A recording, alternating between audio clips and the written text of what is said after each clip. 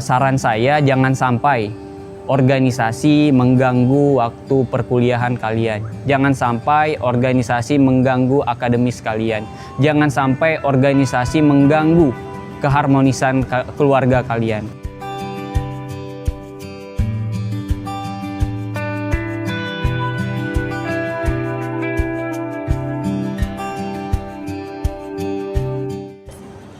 Oke, pendapat saya tentang organisasi ialah organisasi itu tempat yang asik. Dan sepengetahuan saya, organisasi ialah tempat sekumpulan orang yang memiliki visi dan tujuan yang sama. Jadi di sini beberapa orang, sekumpulan orang berkumpul untuk mewujudkan satu visi dan tujuan yang dimiliki oleh organisasi.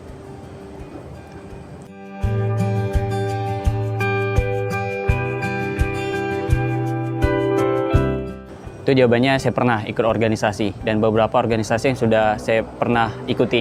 Dari SMP itu saya pernah ikut dari PMR ya, organisasi PMR, Palang Merah Remaja, dan juga di SMK itu saya ikut organisasi Rohis, Rohani Islam, dan juga di kuliah, di SMP dan SMA itu saya tidak terlalu hektik lah dengan organisasi. Nah, saat zaman kuliah ini saya juga saya mulai nih sadar akan pentingnya organisasi.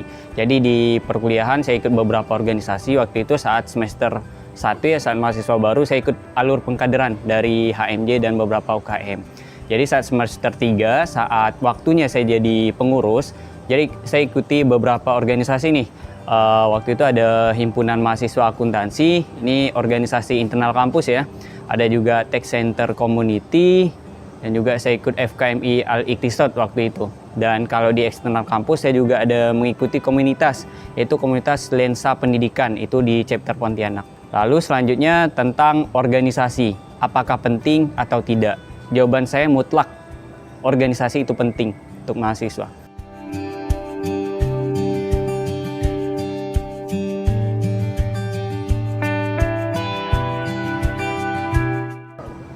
Oke, membagi waktu ya. Nah, ini manajemen waktu nih permasalahan dari hampir semua mahasiswa lah. Baik itu mahasiswa yang berorganisasi ataupun yang tidak berorganisasi.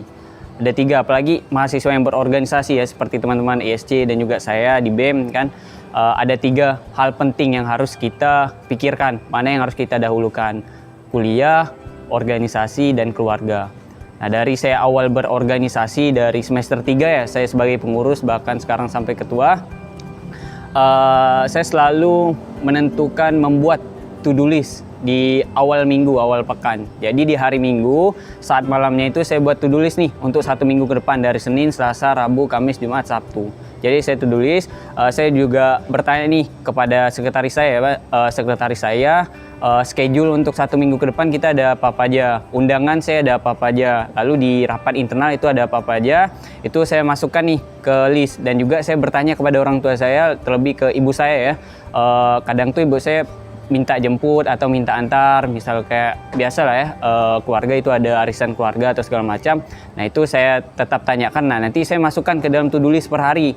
Nah mungkin hari Senin saya harus menghadiri kegiatan ini, harus ada rapat ini, dan itu saya pakai skala prioritas. Saya pakai skala prioritas, jadi lebih penting mana nih?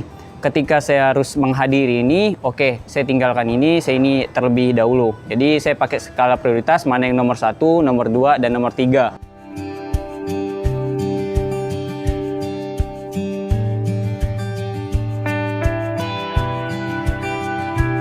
Mereka seperti yang seharusnya. Oke, pengurus lah ya, pengurus yang kurang aktif, kurangnya motivasi atau segala macam. Pada intinya pengurus itu kurang aktif. Kalau saya di BEM, alhamdulillah sekarang baru juga ya, kayak ibarat tuh di BEM baru lahir lah, baru 2 bulan.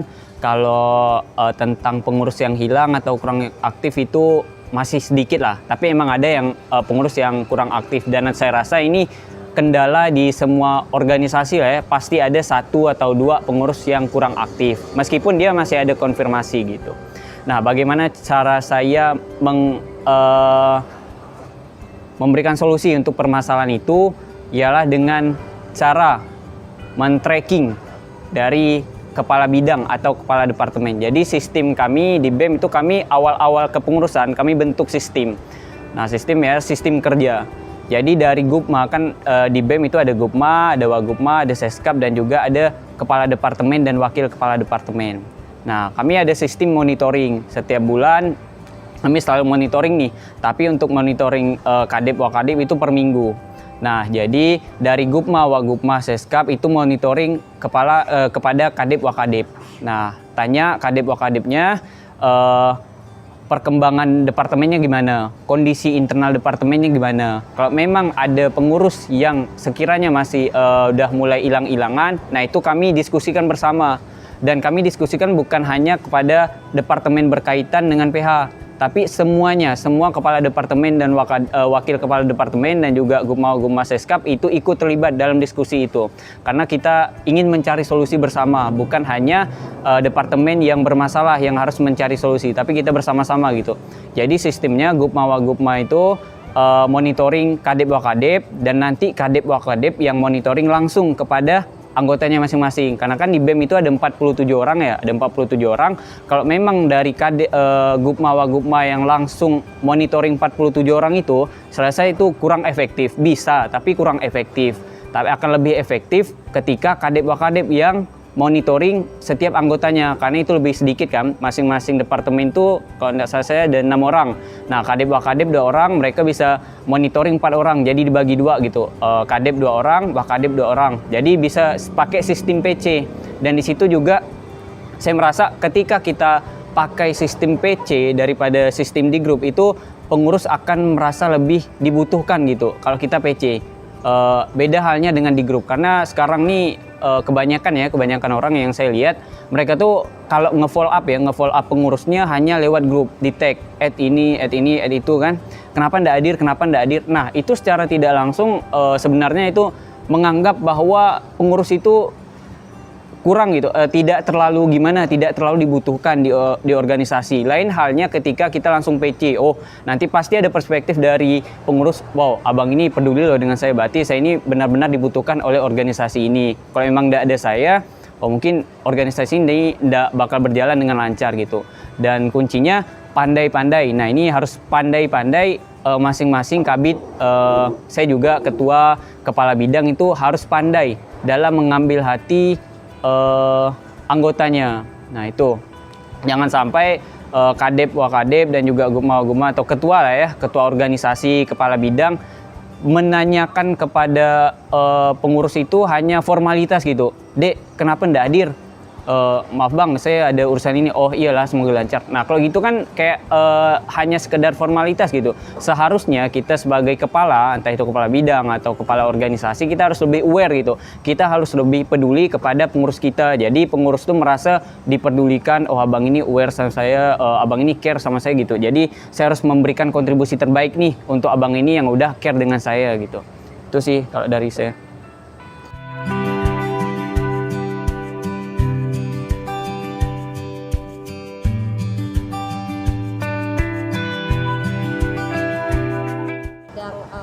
Tugas mereka dalam organisasi. Oh, oke. Pesan saya untuk pertama untuk mahasiswa yang belum berorganisasi.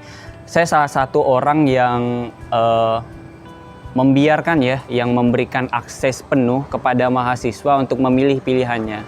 Dan juga saya tidak setuju nih dengan perkataan yang mengatakan bahwa mahasiswa yang tidak berorganisasi itu mahasiswa apatis.